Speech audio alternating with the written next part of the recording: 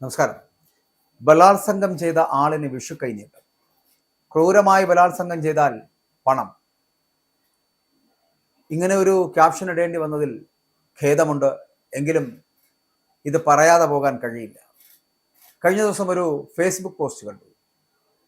ആ ഫേസ്ബുക്ക് പോസ്റ്റിൽ പറയുന്ന ചില കാര്യങ്ങൾ ശ്രദ്ധയിൽപ്പെട്ടത് കൊണ്ടാണ് ഇങ്ങനെ ഒരു വീഡിയോ ചെയ്യാം എന്ന് കരുതിയത്.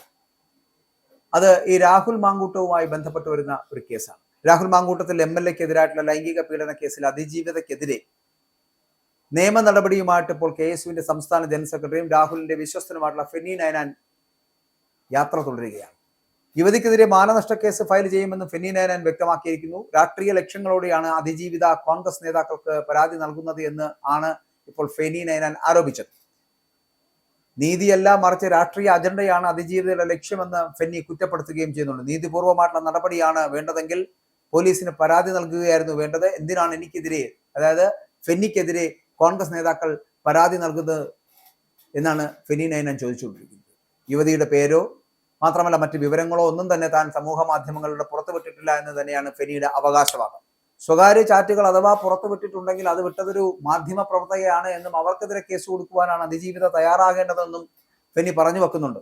അതായത് തനിക്കെതിരെ നടക്കുന്ന വ്യാജ പ്രചരണങ്ങളിൽ പത്തനംതിട്ട SP-ക്കെതിരെ പരാതി നൽകിയിട്ടുണ്ട് എന്ന് ഫെന്നി പറയുന്നുണ്ട്. ഫെന്നിയുടെ പോസ്റ്റിന്റെ പൂർണ്ണ രൂപം എന്ന് പറയപ്പെടുന്നത് ഇങ്ങനെയാണ്. അതായത് മൂന്നാമത്തെ പരാതിക്കാരി ആത്മാർത്ഥമായാണ് പരാതി നൽകിയത് എങ്കിൽ ആ പരാതി നിങ്ങൾ ആദ്യം നൽകേണ്ടത് നിങ്ങളുടെ സുഹൃത്തുക്കൾ എന്ന് നിങ്ങൾ കരുതുന്ന അവർക്കെതിരെയാണ്.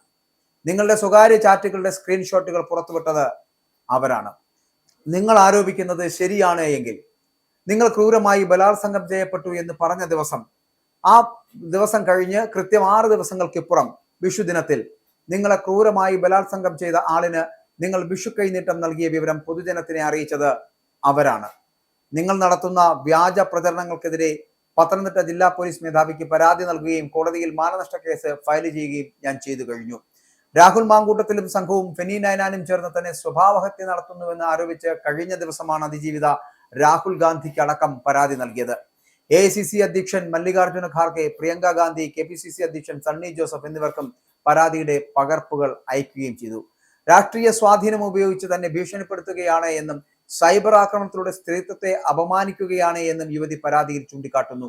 ജീവിക്കാൻ പോലും കഴിയാത്ത സാഹചര്യമാണ് എന്നും സൈബർ ഗുണ്ടായസത്തിലൂടെ തന്നെ നിശബ്ദയാക്കാനാണ് രാഹുൽ മാങ്കൂട്ടത്തിലും സംഘവും ശ്രമിക്കുന്നത് എന്നും യുവതിയുടെ ആരോപണം. ഈ സാഹചര്യത്തിൽ രാഹുൽ ഗാന്ധി ഇടപെടണമെന്നാണ് അതിജീവിതയുടെ ആവശ്യവും.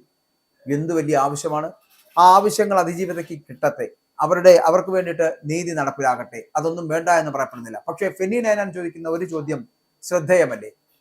ക്രൂരമായിട്ട് ബലാത്സംഗം ചെയ്ത ആൾക്ക് എന്തിന് പണം നൽകി? അല്ലെങ്കിൽ ബലാത്സംഗം ചെയ്ത ആളിന് എന്തിന് വിഷു കൈനീട്ടം നൽകി? അങ്ങനെ വിഷു കൈനീട്ടം നൽകേണ്ട ആവശ്യം ആ ബലാത്സംഗത്തിൽ ഉണ്ടായിരുന്നു? ഇങ്ങനെയൊക്കെയുള്ള ചോദ്യങ്ങൾ നീളുമ്പോൾ പൊതുസമൂഹവും ചോദിക്കില്ലേ ഇത്തരത്തിലുള്ള ചോദ്യങ്ങൾ? അതുകൊണ്ട് ഫെന്നി നയനാൻ ചെയ്തത് ശരിയാണെന്നോ അതിജീവിതയ്ക്ക് നീതി ലഭിക്കേണ്ട എന്നോ അല്ല. ഏതിലാണോ ശരി, എവിടെയാണോ നീതി, അത് വളരെ കൃത്യമായി ആർക്കാണെങ്കിലും ലഭിക്കേണ്ടതാണ്. അവിടെ ആൺ പെൺ വ്യത്യാസങ്ങൾ ആവശ്യമില്ല.